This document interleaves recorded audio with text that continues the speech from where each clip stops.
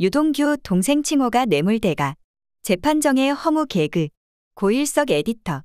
유동규 전 성남도시개발공사 기획본부장이 정진상에 대한 뇌물의 대가가 뭐냐는 질문에 동생이라는 칭호를 받은 것이 뇌물에 대한 혜택이라고 답변해 재판정에서 실소가 터졌다.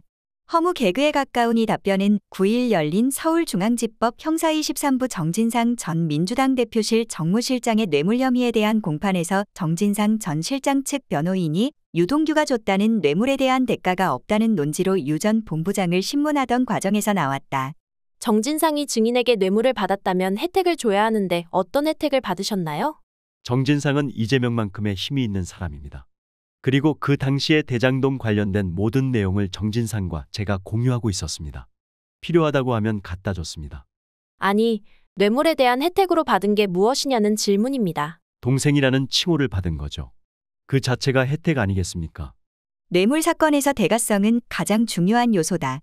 유 전 본부장은 지난 4월 19일 공판 검찰 증인신문에서 정 전 실장 자택 내부의 그림까지 그려가며 뇌물을 전달했다고 하는 당시의 상황을 설명하려고 했지만 재판장은 전달한 돈의 성격이 명확하지 않다며 증인이 돈을 왜 줬는지에 대해 이게 정기적 상납인지 대가성이 있는 것인지 아니면 친분관계나 정치적 동지관계로 준 것인지 평가가 나뉠 수 있다고 전제하고 그 질문에 대해 증인이 답을 못하고 흐리고 있다고 지적했다. 재판이 시작되는 시점에서부터 진술의 신빙성에 대해 끊임없이 의심을 받고 있는 유 전 본부장으로서는 대단히 곤혹스러운 지적이었다.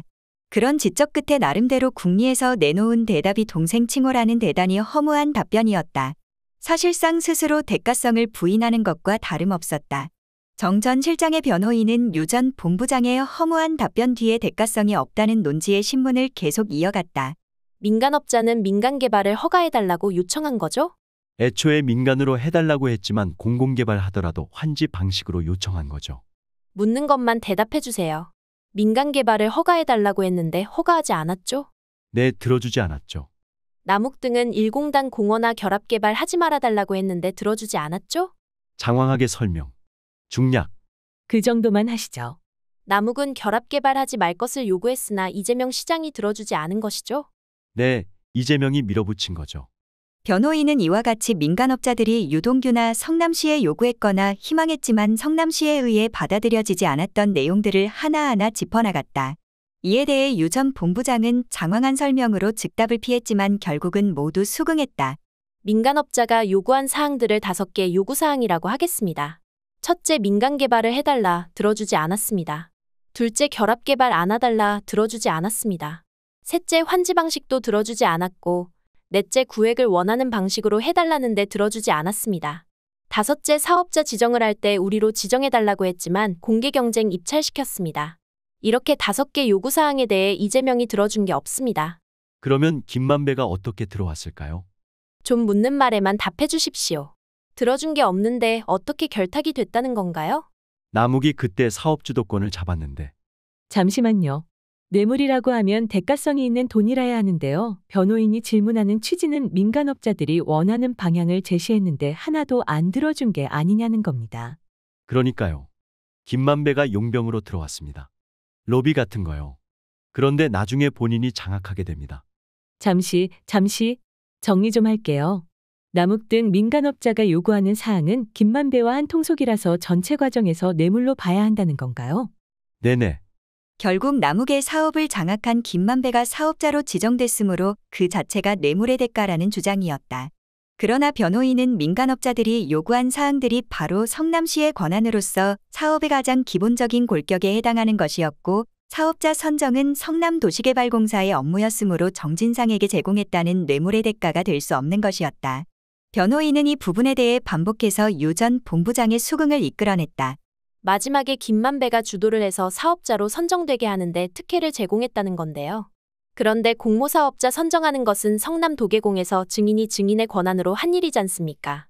저는 기획본부장에 불과했고요. 그냥 이재명 마음대로 다 했습니다.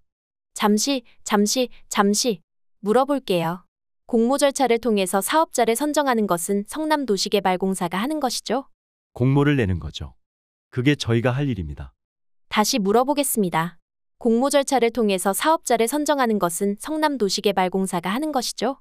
성남시 위탁을 받아서 하는 거죠. 같이 합니다. 이재명 시장의 권한에 의해서 모든 과정을 보고하고 공유하고 저희가 실행하는 거죠. 성남도계공이 한 것 맞죠? 우리가 하는 일 맞습니다.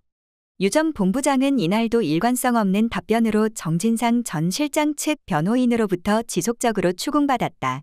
검찰에서의 진술과 법정에서의 진술이 달라진다는 차원뿐만 아니라 검찰에서의 진술을 부인하는 내용과 방식도 문제였다.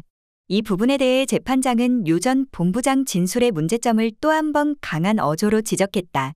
증인은 2014년 4월 25일 매일경제와 공사를 설립해 대장동 사업을 민광공동개발로 추진하겠다는 내용의 인터뷰를 한 것에 대해 최윤길로부터 부탁을 받고 인터뷰를 한 것으로 기억한다고 진술했죠. 네, 증인은 성남시와 협의 없이 독단적으로 인터뷰한 것에 대해 정진상으로부터 질책을 받았다고 했는데 실제 질책을 받은 것 맞나요? 잘 기억이 없습니다. 그런데 증인은 검찰에서 이 부분을 아주 생생하게 얘기를 하거든요. 그 상황을 눈으로 보는 것처럼 진술을 해요. 그 당시는 그렇게 했는데 지금에 와선 기억이 없다는 말은 기억이 없는데 일부러 그렇게 진술했다는 것밖에는 안 되는 겁니다. 그 당시만 하더라도 그렇게 말씀을 드렸는데 갈등이 좀 많았고 혼돈되는 시기였습니다. 증인, 잠시만요. 이 부분은 곤란한 상황이 생길 것 같은데요. 이게 탄핵 자료인데 그냥 질책받았다는 게 아니고 따옴표가 있거든요. 앞으로 시와 협의를 좀 해라. 앞으로 공무원들이 너랑 일하겠냐라고 했다고까지 본인이 얘기한 것이거든요. 먼저 인터뷰해버린 기사가 나가고 그리고 다른 언론에서 시와 공단이 엇박자난다는 기사가 나가고 그 다음에 성남시에서 민관합동개발 고려하고 있다고 정정하면서 그 흐름이 있어요. 증인이 잘 아실 것 같은데. 그런데 검찰 단계에선 그렇게 얘기했고 지금 생각해보니 아닌 것 같다고 하는 것은 좀 안 맞는 것 같습니다. 뇌물 사건의 핵심은 대가성이고 물증이 있기 쉽지 않은 사건의 특성상 뇌물을 줬다는 측과 받았다는 측의 진술이 엇갈릴 경우 진술의 신빙성이 가장 중요한 판단 대상이 된다. 유동규와 검찰은 이 대가성을 전혀 입증하지 못하고 있으며 유동규의 진술의 신빙성은 증언을 거듭할수록 더욱 더 크게 흔들리고 있다.